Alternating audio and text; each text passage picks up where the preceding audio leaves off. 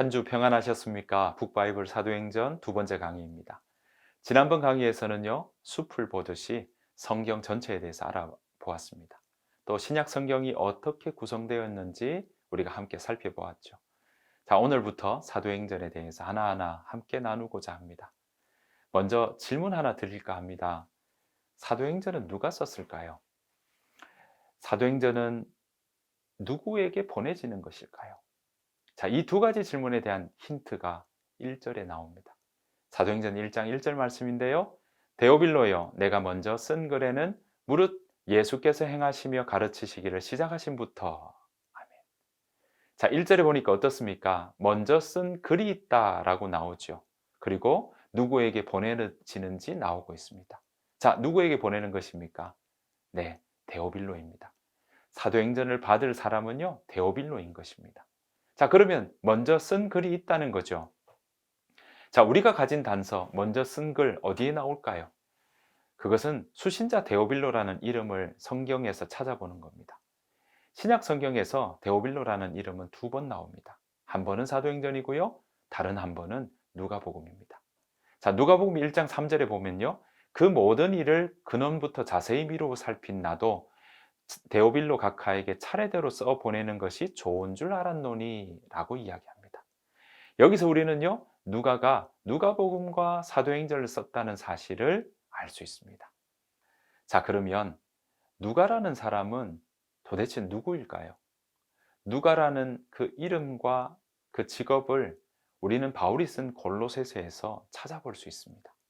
골로새서 4장 14절 말씀인데요. 사랑을 받는 의사 누가와 또 데마가 너희에게 문안하느니라. 아멘. 여러분, 바울은요, 누가를 보고 사랑을 받는 의사 누가라고 말합니다. 누가의 직업이 의사라는 사실이죠. 사실 누가는요, 신약 성경의 기록자 중에서 유일한 헬라인입니다. 헬라인 의사로서 누가는요, 바울과 함께 여러 도시를 다니면서 복음을 전했습니다. 바울이 다녔던 전도 여행을 총 5번으로 보고 있는데요. 이건 나중에 상세하게 말씀드리겠습니다.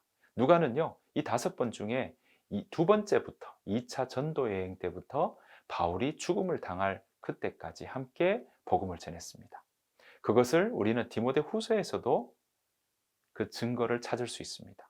디모데후서는요, 바울이 마지막 5차 여행 때 감옥에서 죽음을 앞두고 쓴 편지라고 여깁니다. 디모데후서 마지막 장인 4장에 이렇게 나오죠. 데마는 이 세상을 사랑하여 나를 버리고 데살로니카로 갔고, 그레스게는 갈라디아로, 디도는 달마디아로 갔고, 누가만 나와 함께 있느니라. 내가 올 때에 마가를 데리고 오라. 그가 나의 일에 유익하니라. 이탈리아 로마에 가면 바울이 마지막에 갇혔다가 참수당했다는 곳이 있습니다. 그 마지막을 누가가 함께 있었던 것입니다.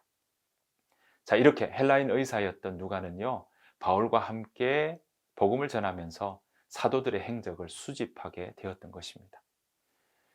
그가 의사였다는 것을 바울의 말로만 입증되는 것은 아닙니다. 누가복음이나 사도행전 곳곳에서 의학적인 용어가 쓰이고 있는 것도 하나의 증거입니다. 예를 들면 사도행전 5장에서 아나니아와 그 남편이 죽는 장면이 나오는데요. 이때 보면 설명이 마치 의사가 환자의 죽음을 선고하는 것처럼 서술하고 있어요. 또 베드로가 죽은 자를 살리는 내용이 나오는 사도행전 9장 40절에서 우리는 또 볼 수 있고요. 헤롯이 죽는 장면이 나오는 12장 23절을 보면 의학적인 용어도 그 안에서 찾아볼 수 있습니다. 현재 우리가 가지고 있는 성경 순서가 마태, 마가, 누가, 요한복음, 그리고 그 다음에 사도행전이 나오다 보니까 누가복음과 사도행전이 같이 이어졌다는 것을 잘 생각하지 못합니다. 하지만 누가복음과 사도행전은요, 크게 한 권이라고 여겨도 될 정도입니다. 우리가 두꺼운 책 상권과 하권으로 나누지 않습니까? 실제로 누가복음과 사도행전의 비중은요, 신약 성경에서 굉장히 큽니다. 신약 성경의 권수가 27권이라고 말씀드렸지 않습니까? 그것을 상세하게 나눈 절수가 대략 8,000절 정도 됩니다. 이 중에 누가복음과 사도행전에 사용된 절수가 얼마인지 아십니까? 2157절입니다. 어림잡아 보아도 신약 성경 전체의 3분의 1 정도가 됩니다. 자, 그렇다면 이만큼 많은 분량을 차지하는 누가복음과 사도행전을 누가는 왜 썼을까요? 그 이유가 누가복음 1장 1절에서 4절까지 나옵니다. 우리 중에 이루어진 사실에 대하여 처음부터 목격자와 말씀의 일꾼된 자들이 전하여 준 그대로 내력을 저술하려고 붓을 든 사람이 많은지라. 그 모든 일을 근원부터 자세히 미루어 살핀 나도 데오빌로 각하에게 차례대로 써보내는 것이 좋은 줄 알았노니 이는 각하가 알고 있는 바를 더 확실하게 하려 함이로라. 사실 데오빌로라는 이름은요, 하나님을 사랑하는 자라는 뜻을 가지고 있습니다.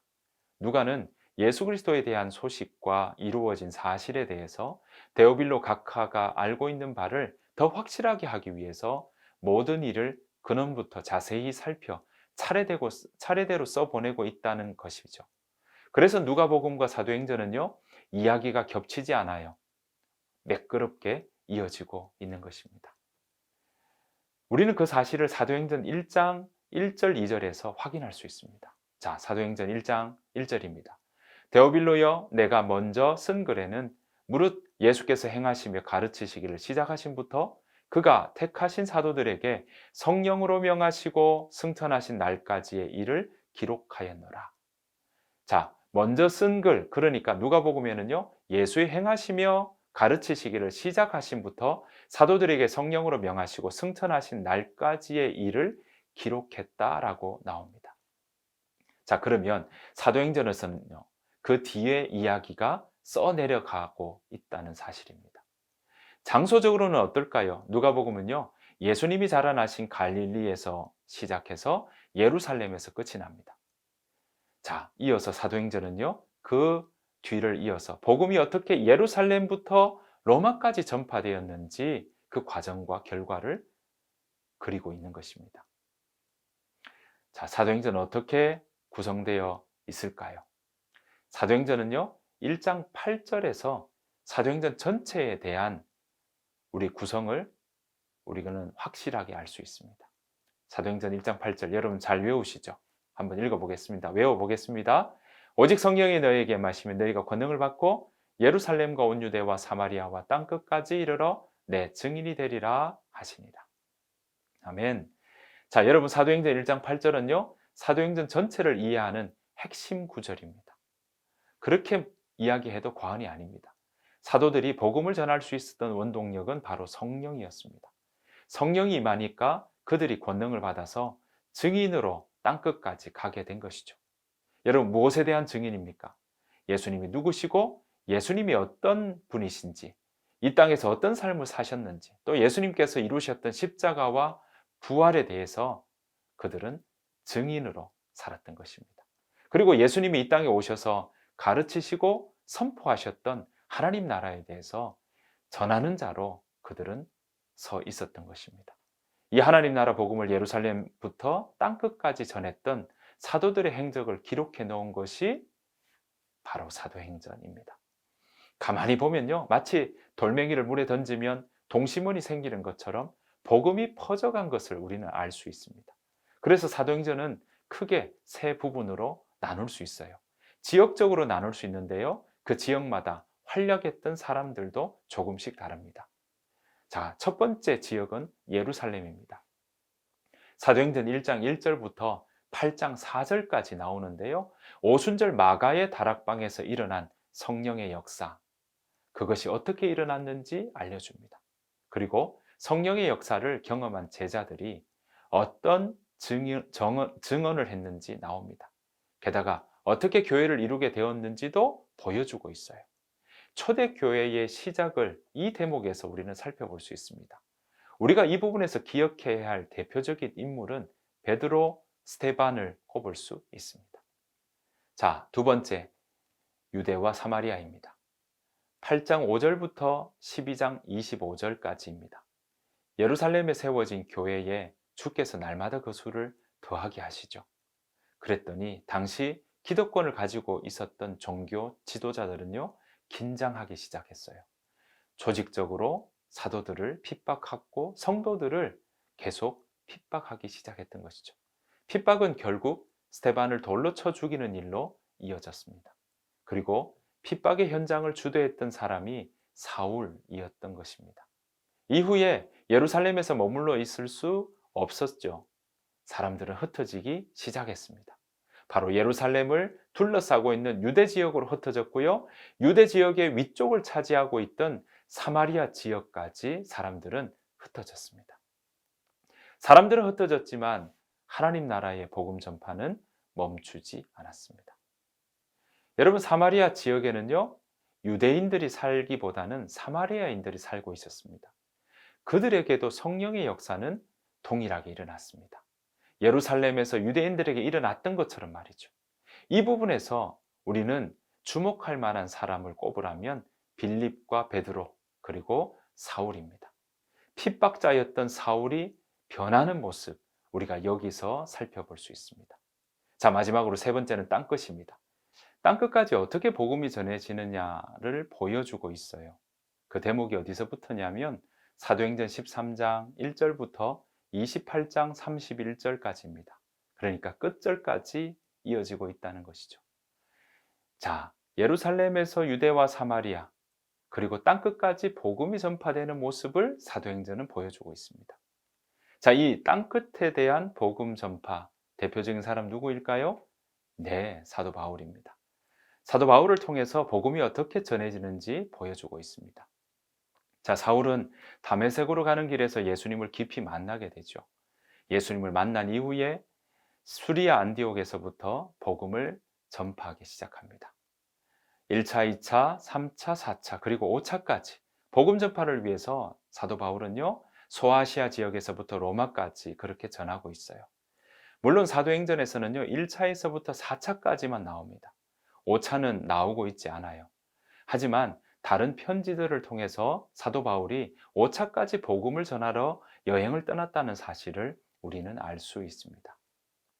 자, 우리는 사도행전을 통해서 사도 바울이 어떻게 복음을 전하고 있는지 그 지역마다 이방인들에게 어떻게 복음이 전해졌으며 그 전해졌을 때 어떤 일이 일어났는지 우리는 살펴볼 수 있습니다. 오늘 강의 정리해 볼까요? 자, 사도행전 누가 지었다고요? 네, 누가가 지었습니다. 누가복음과 사도행전 누가가 지었습니다. 핵심 구절 무엇일까요? 핵심 구절. 네, 1장 8절 말씀입니다. 성령이 너희에게 임하시면 너희가 권능을 받고 예루살렘과 온 유대와 사마리아 땅끝까지 이르러 내 증인이 되리라. 예, 그 증인들이 다녔던 지역은 예루살렘, 유대와 사마리아, 땅끝 이렇게 세 영역으로 나눌 수 있습니다. 동심원처럼 퍼져서 하나님 나라의 복음을 전했던 것이죠. 자, 오늘 강의는 이것으로 마치겠습니다. 다음 강의에서 우리가 이제 예루살렘부터 시작된 그 성령의 역사와 복음이 어떻게 전해졌는지 차근차근 살펴보도록 하겠습니다. 감사합니다. 한 주 평안하십시오.